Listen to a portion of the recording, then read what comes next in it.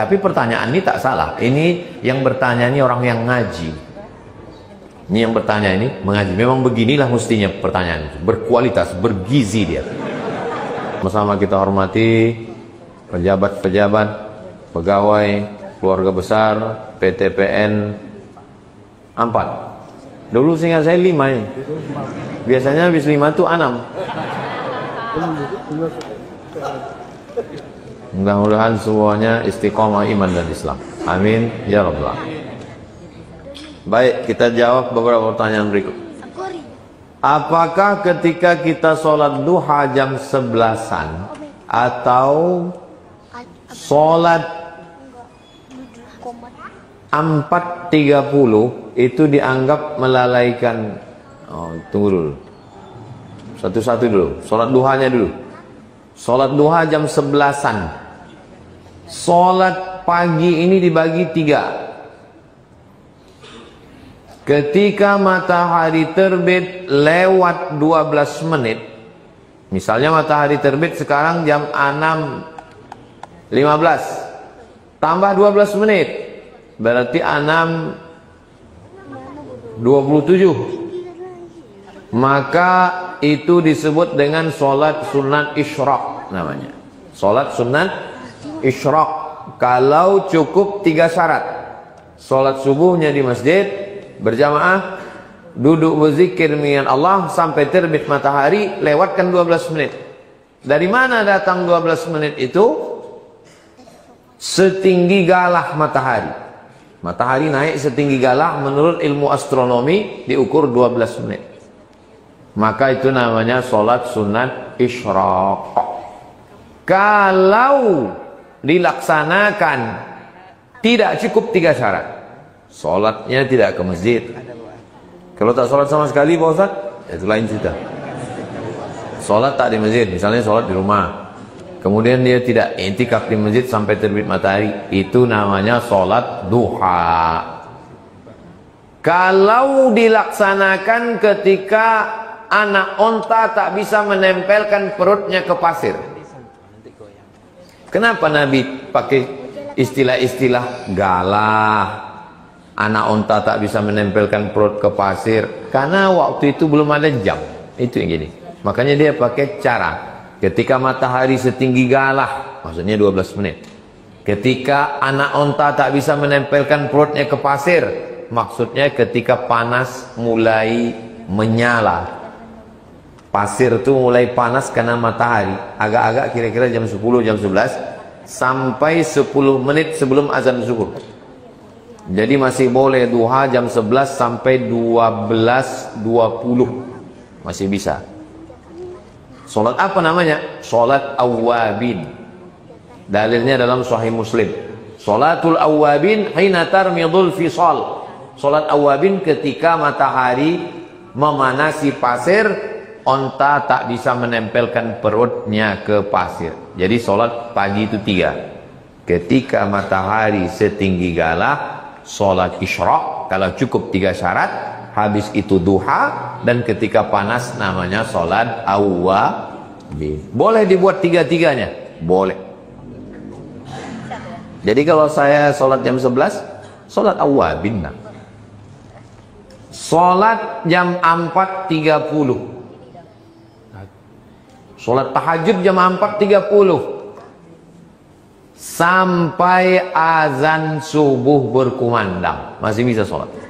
Tapi yang jadikan patokan jangan azan, waktu masuk. Karena kalau azan bisa aja pengurus RT melarang muazin kan, jangan azan, aku mau tahajud dulu kan.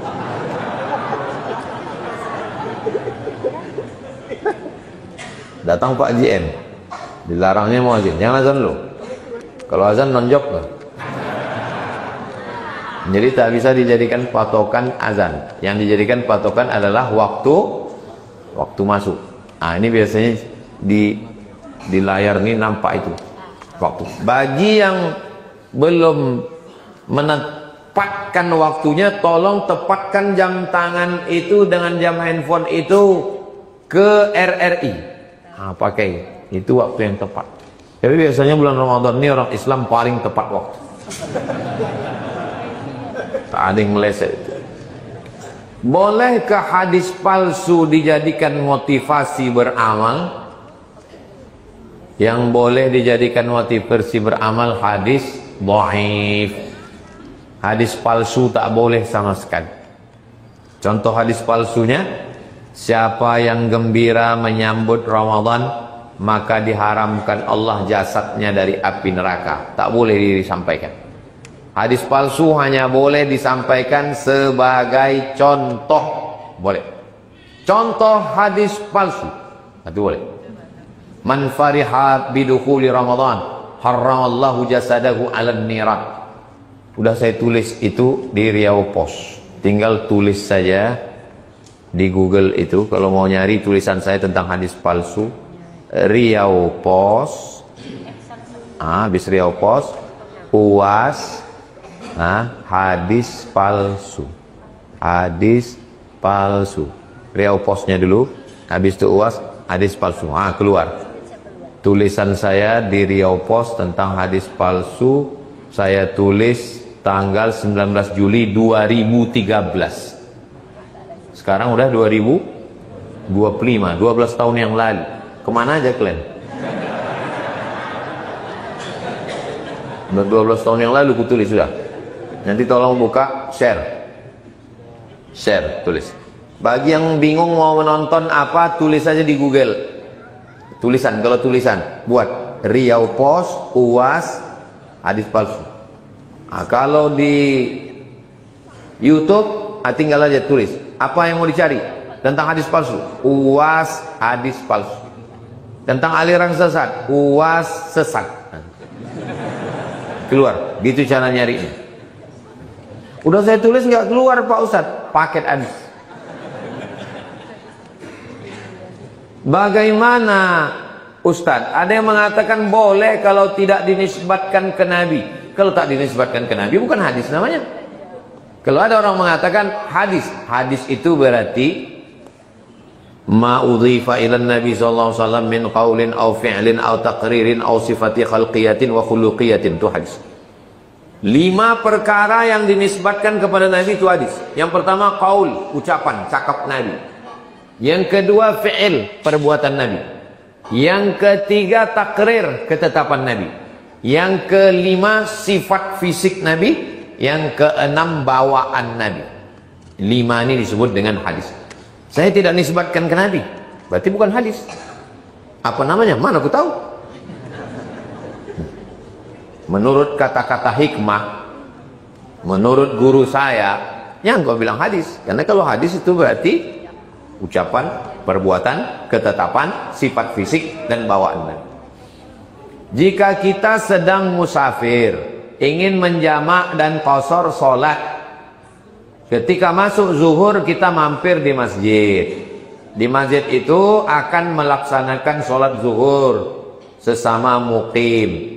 Apakah boleh kita sholat zuhur bersama imam muqim? Boleh.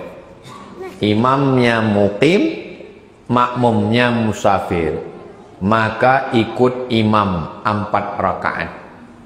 Zuhurnya 4 rakaat ikut imam, tapi niatnya jamak qasar, jamak takdim. Nanti salam imam, dia berdiri iqamat, dia sholat asarnya 2. Atau dibalik, misalnya saya mau pergi ke Dumai, pas sampai di simpang tol berhenti saya di masjid, nampak orang itu. Nampaknya katanya, Ustadz lah maju Pak Ustadz. Bilang saya musafir, gak apa-apa Pak Ustadz. Maju saya, maka saya jadi imam 2 rakaat, makmumnya 4. Begitu saya salam, Assalamualaikum warahmatullahi, Assalamualaikum warahmatullahi. Makmum itu jangan ikut salam. Kau kan mukim, aku berdiri, tambah 2 lagi. Karena dulu pernah waktu saya sedang ceramah jadwal hari Rabu di An-Nur, imamnya dari Palestina. Waktu itu ada seminar imam-imam internasional. Maju imam Palestina itu ke depan, 2 rakaat salam dia. Dia musafir, makmum tuh bingung. Sebagian salam, sebagian berdiri, sebagian menengok. Maka saya tulis di Riau Pos. Langsung hari itu juga saya tulis di Riau Pos.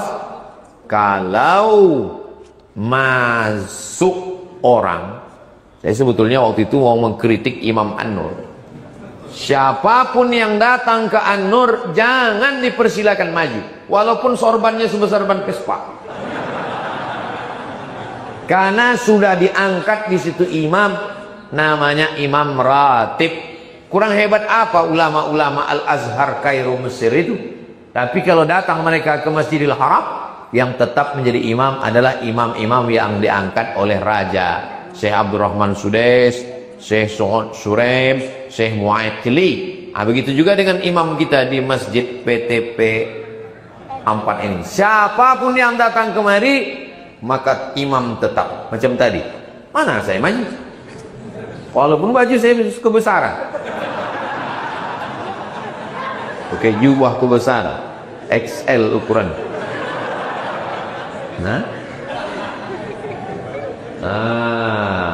Apakah boleh kita sholat zuhur bersama imam mukim? Boleh. Ikut saya mukim 4. Jangan 2 rakaat salam. Kemudian asarnya kita jamak ke zuhur lalu dikosor. Ya, habis itu asarnya 2 rakaat jamak kosor jamak takdim. Atau kita menunggu orang mukim selesai sholat. Iya, selesai 4 rakaat. Selesaikan dengan imam itu 4 rakaat. Tidak boleh imam itu dipotong di tengah. Tak boleh waktu tasawuf awal tuh, Assalamualaikum warahmatullahi wabarakatuh. Pak Imam, aku musafir Pak Imam. Tak boleh. Kau selesaikan imam. Mana dalilnya? Ju'ilal imamu liyutamma bihi. Imam diangkat untuk diikuti, bukan untuk dilawan. Ikuti imam itu sampai 4 rakaat. Habis itu berdiri, baru sholat asar 2 rakaat. Karena musafir. Apakah boleh kita sholat sendirian qasar dan jamak saat sholat mukim berlangsung? Masuk kita ke masjid, orang itu sedang sholat pula kita sendirian, tinggallah pahala berjamaah 27. Masuk kok ke situ 27, ini sendirian, bagus 27. Aku nggak suka rame-rame Pak Ustadz. Yang bodoh lah kau. Ikutlah sama dia, ikut sholat berjamaah, pahala itu 2 rakaat cuma. Sholat sudah selesai, baru sholat sendirian, sholat asar 2 rakaat. Jelas? Kadang sedang puasa ini tak jelas apa, kurang konsen. Udah selesai tanya apa kata Ustaz? Entah aku semangka aja nampak gue deh.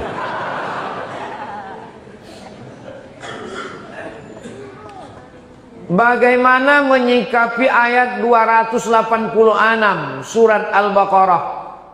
La yukallifullahu nafsan illa wus'aha.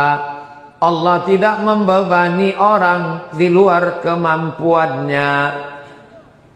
Misal, orang baik-baik harus menanggung malu karena perbuatan orang. Contoh, maaf, hamil karena perbuatan, misal nauzubillah, orang baik-baik tiba-tiba perbuatannya tak baik, dia dihamili, diperkosa orang, nauzubillah, mohon maaf. Bagaimana itu Pak Ustadz? Jadi cerita ayat ini begini ceritanya. Masih sabar ini kan? Oh nggak sabar pun, aku biasa saya ngomong sama kamera aja berdua. Itu di TV One itu mana ada jamaah? Berdua aja kan. Maksud saya kalau kalian masuk kantor masuklah, saya sudah. Jadi ceritanya begini. Turun ayat 285. Ini yang ditanya ini kan 286. Turun ayat 285. Bunyinya begini. Lillahi ma fis samawati wa ma fil ardh wa in tubdu ma fi anfusikum. Kalau kau nyatakan apa yang ada di dalam hatimu, kau cakapkan apa yang ada di hatimu, autufuhu, atau kau diam, yuhasibukum bihillah, kau tetap dihisab, tetap dihitung. Duduk kita pinggir jalan, nampak orang besar pakai baju kekecilan, orang kecil pakai baju kebesaran, macam saya tadi lah. Orang kecil pakai, pasti terlintas di pikiran kalian kan? Macam dalam kelambu Ustaz nih kita. Itu berdosa itu. Nggak usah. Karena bunyi ayatnya, wa in tubdu ma fi anfusikum, kalau kau cakapkan, au tukhfuhu, atau kau sembunyikan, yu'asibukum billah, kau tetap dihisab, tetap dihitung. Berat atau tak berat? Berat. Berdatanganlah sahabat ini ke Nabi, ya Rasulullah, kalau begini semua yang kesimpan di hati yang tak tercakapkan pun dihisab juga, kami tak sanggup ya Rasulullah. Tak sanggup kami hidup kalau begini. Turunlah ayat 285. Turunlah ayat 286. La yukallifullahu nafsan illa. Itu kronologis asbabun nuzul ayat ini. Apa kata Allah? Kalau yang terlintas dalam hati selama tak kau cakapkan, maka tidak dihisab. La yukallifullahu nafsan illa usaha. Itu konteks ayat ini. Tapi pertanyaan ini tak salah. Ini yang bertanya ini orang yang ngaji. Ini yang bertanya ini mengaji. Memang beginilah mestinya pertanyaan itu. Berkualitas, bergizi dia.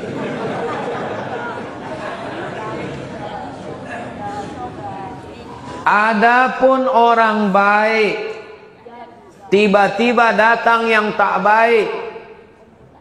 Innallaha katabal maqadir, Allah sudah menuliskan takdir.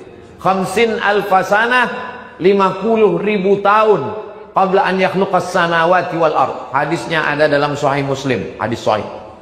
Sebelum Allah menciptakan langit dan bumi, sudah dituliskan takdir, maka dia hanya bisa berkata la haula wala quwata illa billah.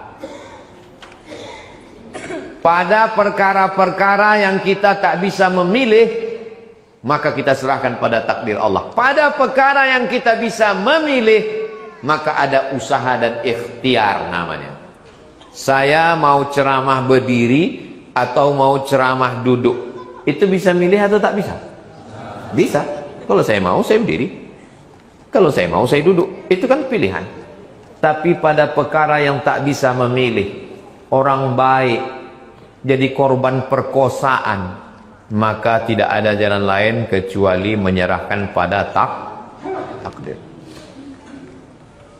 Datang ke masjid PTPN 4, diletakkannya motor di bawah pohon, dikuncinya stangnya, dikuncinya rantainya, dikeluarkannya pula rantai besi, dikuncinya ban motor itu ke tiang,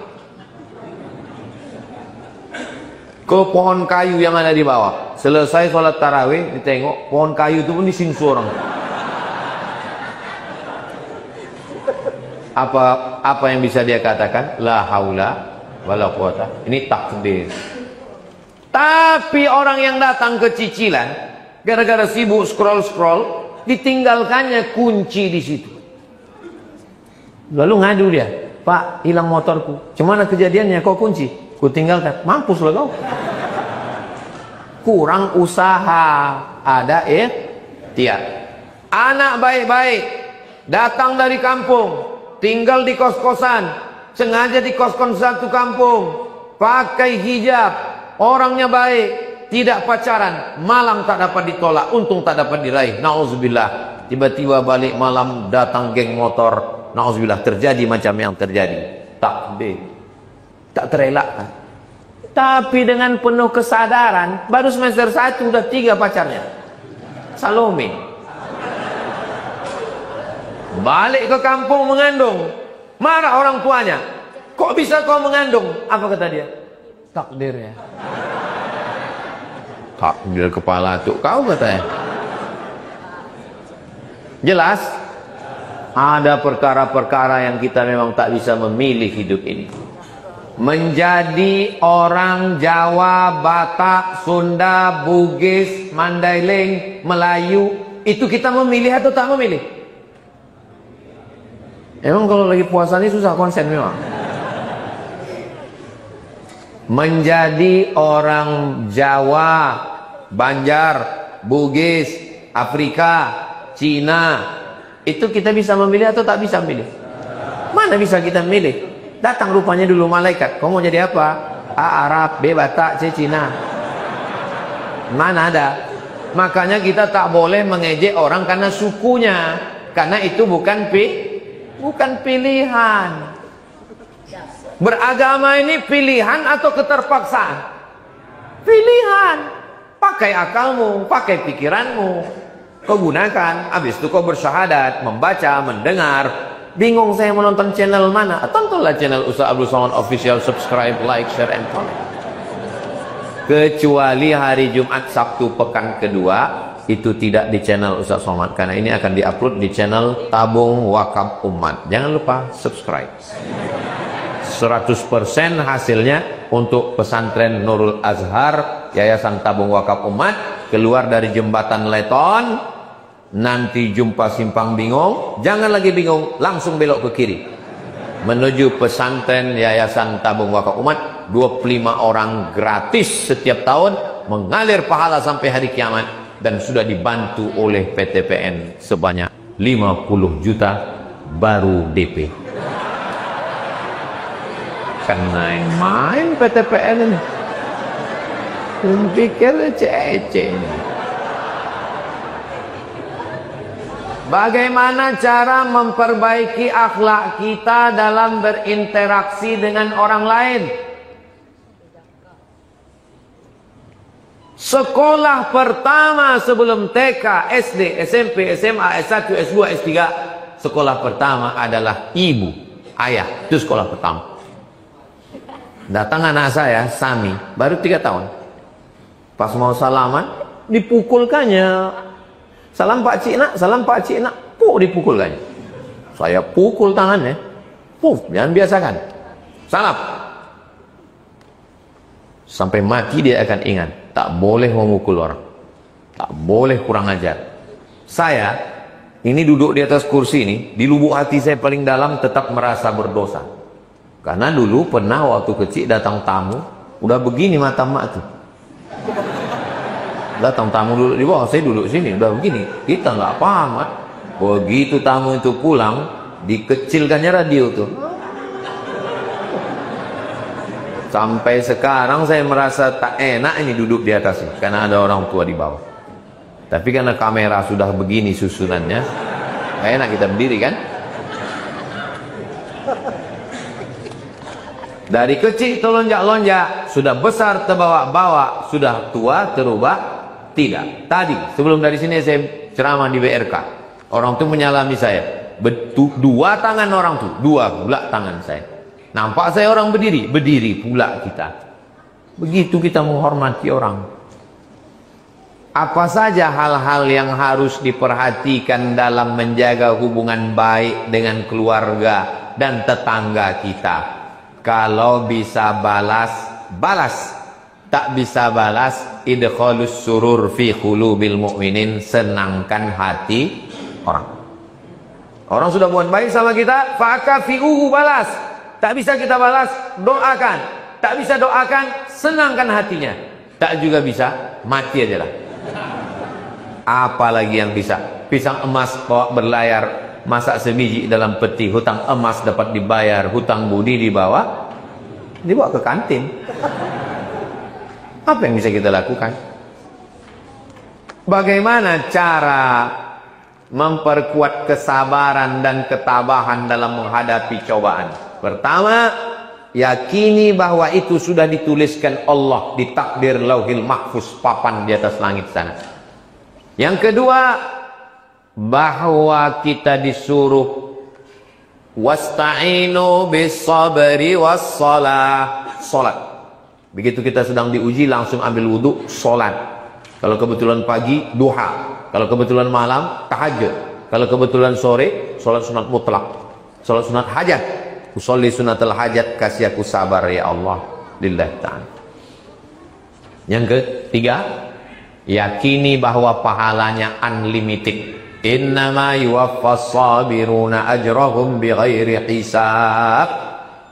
Ujian-ujian yang kita hadapi ini dikasih Allah ke kita supaya sujud kita lebih lama. Ini kalau tak ada ujian hidup ini, sujud kita ini macam stempel pos. Tapi kalau berat ujian kita, lama sujud kita. Subhana rabbiyal a'la wa bihamdi, subhana rabbiyal a'la wa bihamdi. Kenapa kita punya ujian hidup? Supaya kita bertuhan. Karena kalau tak ada ujian hidup di sombong, angkuh, sedang diuji pun sombong juga. Supaya tangan kita itu meminta ke atas khusyuk. Supaya kita berharap dan yang keluar dari mulut kita, ya Allah, ya Allah. Itulah tujuan Allah. Walanabluwannakum bisyai'im minal khauf. Kuuji kalian dengan rasa takut. Takut miskin, takut susah. Yang sekolah takut tak lulus, yang kuliah takut tak sarjana, yang udah sarjana takut tak kerja, yang udah kerja takut tak naik pangkat, yang sudah punya duit takut tak berbini, yang sudah punya istri takut tak punya anak, yang udah punya anak laki-laki takut tak punya anak perempuan. Macam saya, anak saya laki-laki semua. Takut. Walanabluwannakum bisyai'in minal khauf wal ju', lapar. Wa naqsim minal amwal, kurang harta, miskin, bangkrut, susah, melarat. Wal anfus, sakit. Was samarat, paceklik, kering, banjir. Wa basyiris sabirin.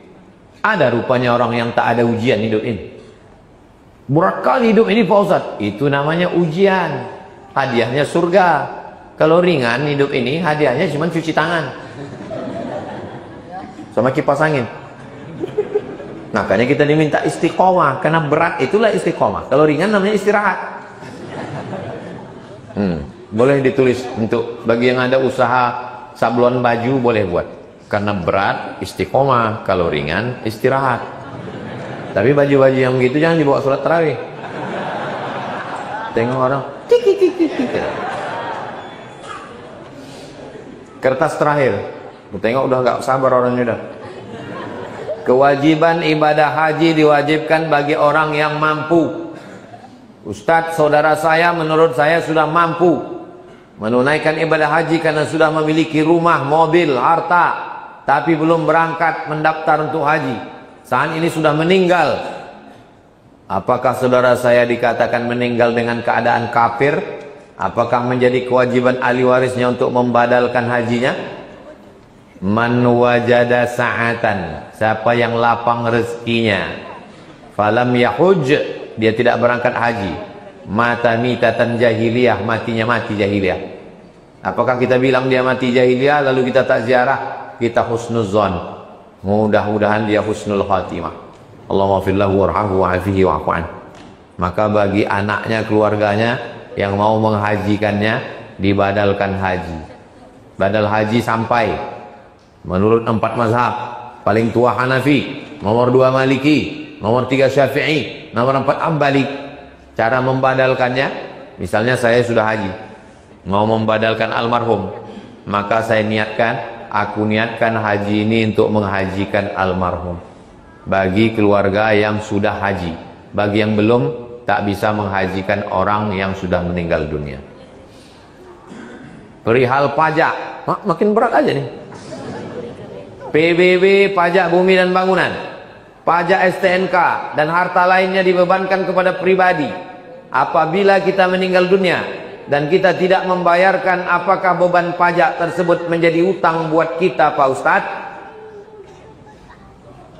Pajak itu kesepakatan seluruh pemimpin di Indonesia mewajibkan pajak bumi bangunan, pajak kendaraan. Makan pun dipajak sekarang. Jangan banyak-banyak kalian makan. Yang semestinya kita tidak perlu bayar pajak saking banyaknya penghasilan Indonesia. Tapi karena kita sudah sepakat bayar pajak, bayarlah pajak. Orang bijak taat pajak. Saya ini bayar pajak ini. Yang kemudian pikir saya nggak bayar pajak. Datang orang pajak ke tempat saya. Ustadz, datang ke kantor pajak. Datang saya ke kantor pajak. Bayar pajak apa Ustadz? Pajak apa, saya bilang? Aku udah tak PNS lagi. Pajak YouTube katanya.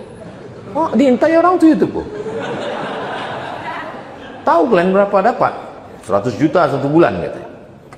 Semua hasil YouTube Abdul Somad, channel Ustaz Abdul Somad official itu, sejak YouTube tuh ada sampai sekarang tak pernah kuambil seperak haram. Semuanya untuk pesantren, gaji guru, beli beras, bayar listrik, bayar air. Aku tak ngambil sedikit pun.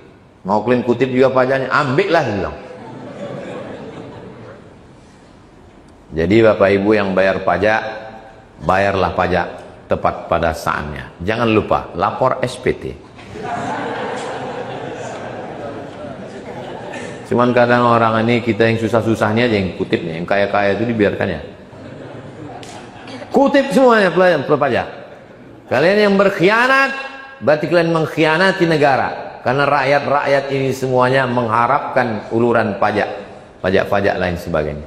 Itu yang dapat saya sampaikan pada siang hari ini. Terima kasih segala perhatian. Mohon maaf segala kesilapan. Kita tutup dengan pantun penutup, menangkap puyuh di Bukit Selasih. Thank you dan terima kasih.